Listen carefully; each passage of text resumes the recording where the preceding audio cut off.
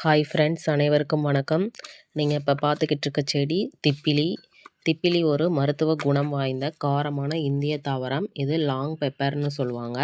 தமிழில் இதை மிளகு லாங்கம்னு சொல்லுவாங்க. இது வந்து சுவாச கோளாறு, செரிமான பிரச்சனை, இருமல், ஆஸ்துமா இதிலெல்லாம் சிகிச்சை அளிக்கிறதுக்கு சித்த மருத்துவத்திலையும் ஆயுர்வேதத்திலையும் பரவலாக பயன்படுத்துகிறோம்.